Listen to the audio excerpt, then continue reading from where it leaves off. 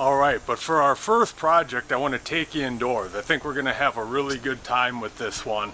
We're going to see a lot of really cool tools and how to use them. And this project is something that I'm really excited to get done too. It's something that I've wanted to finish for a long time. This window. Now this is a brand new window, but I'm sure you can tell right away around the sides that it is not finished. It has all of this yellow foam that was used to seal the window. It's a very unusual situation actually. I got a great deal on some windows at Lowe's.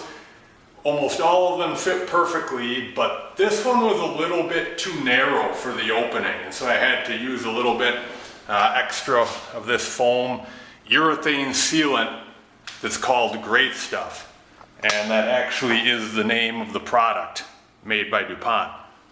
Anyways, we have to get some wood trim around this window, and in the process of doing that, we're going to learn how to use the table saw, the miter saw. So let's get started with this.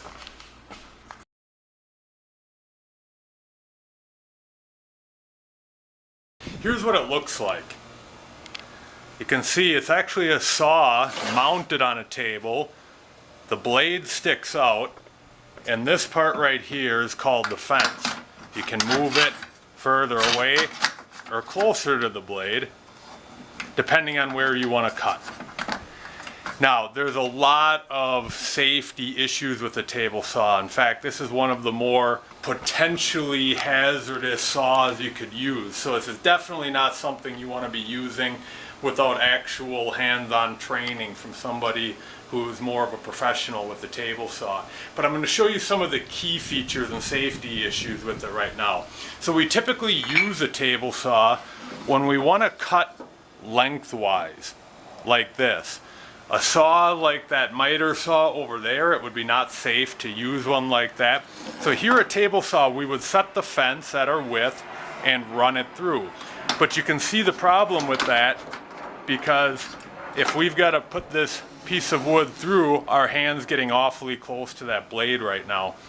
So fingers getting close is probably the biggest hazard with the table saw. I want to show you one other hazard though that I'll show you a video on in just a minute, and that's binding.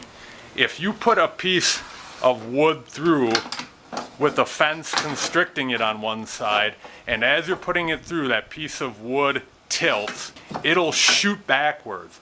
And I've actually seen YouTube videos where it's shot backwards so hard that it's gone through a wall. So that can be a very dangerous thing too. Also, if your hand's on it when it does that, it can be extremely hazardous. We're almost ready to get started cutting the window pieces, but before we do, we want to make a guide that can help us push the wood through the table saw while keeping our hands far enough away from the blade so we can do it safely.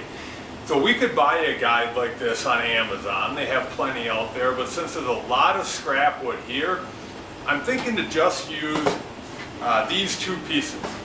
They're 1-inch boards nominally. They're actually 3/4 inches thick, so when we put them together, we get a nice 1.5 inches. Now I don't know if you can see the pattern that's drawn on this. Anywhere where there's blue scribbles is going to get cut out eventually with this jigsaw. But before we do that, I want to nail these together so that we can cut it all out at one time. Now, it's important not to nail any place where we're going to be cutting, because we don't want the blade of the jigsaw to go through any nails. So let's put these together first. Going to use this brad nailer.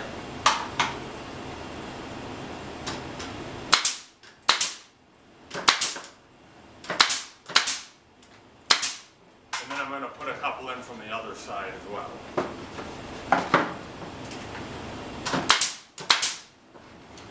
Check my pattern again. And that's good for now, because I can always come back down here then after we've cut these out and put a couple more in to make it nice and sturdy. So let's go back out to the garage and cut this. All right, we're back out in the garage to cut here on this sweltering day out here. I'm going to show you how we're going to use this jigsaw right here to cut 3 pieces out of our wood, the parts that are shaded with the blue pen. Now we're going to use these ratchet clamps to hold the wood down onto the workbench while we're doing the cutting. Move this in and out and then tighten with the screw part of the clamp. Now with all of these saws, it's super important, we're going to be putting on eye protection and ear protection. We don't want to fool around with this. So let me just move the camera so you can focus it down on the wood while we do the cutting.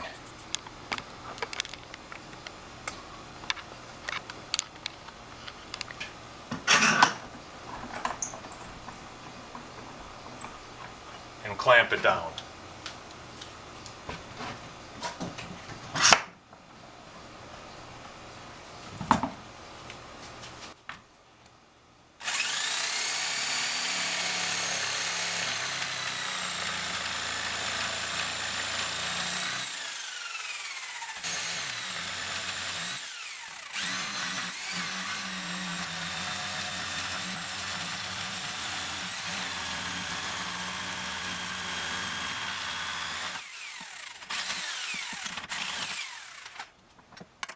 There we have it. Not super pretty right now. We're going to do a little sanding on this, but you can kind of see how it works. If we have a piece of wood right here that we're going to put through the table saw, we can grab it up here at the top and push it through safely without our hand getting anywhere near the blade. Alright, so we're going to sand this, make it a little more comfortable to grip on the top, pretty it up a little bit, and then I'll show you how it works. And look how rough all of these edges look. Not very comfortable to grip onto, and we could get splinters. Now you really don't need any power tools for this. You could use good old-fashioned sandpaper and just go at the edges and work on it a while. You can already tell we're getting a nice smooth end, and this palm sander makes the job a lot more simple.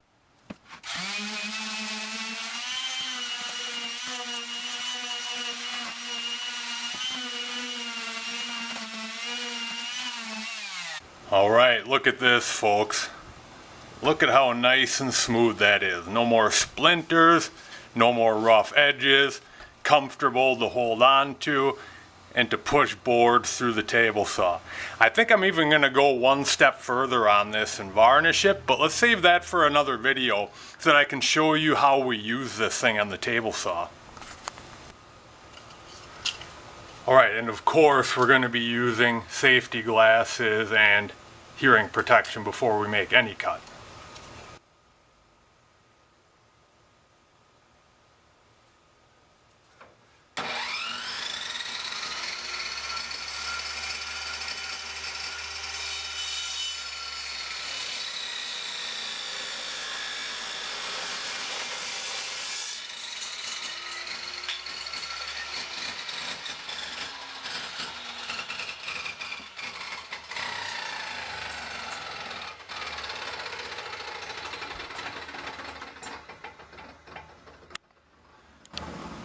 Alright, and there you have it.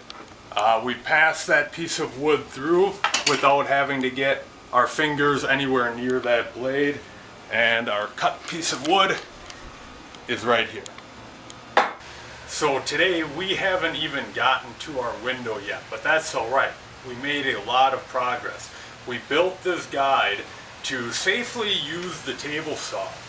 Now, this guide is mostly built for using 2-inch pieces of wood, and we don't even know if we'll end up using this for our project or not, but that's alright. We need to have it in case we do need it.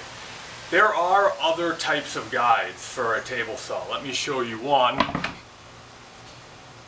Right here, this funny looking piece of wood can also be used to push small pieces of wood through the saw. Notice this L-shaped notch in the wood. We have this vertical part right here to push the wood, and the horizontal part keeps it pressed down onto the table of the table saw, because pieces of wood, especially small ones, will tend to want to flip back at you when they're going through the blade. So it's good to have a notch and just not a regular piece of wood. If you make these at home, like we did today, they're most likely going to be made out of wood. If you buy one from the store, it could be wood or plastic. Under no circumstance should they be metal, something like this, or an old pipe. They should always be made out of a soft material, because if they accidentally come into contact with the blade, you want the blade to be able to cut through them. If it's metal, it could go flying away and it could be a very dangerous situation. And I'm going to show you how we can cut a longer piece like this without even using a guide. Now, we are not going to push it all the way through where our hand could go by the blade. Again, we never put our hand by a moving blade. But I'll show you how we can do this without using a guide by flipping the workpiece, making 2/3 of the cut and then flipping it to the other side. Check this out.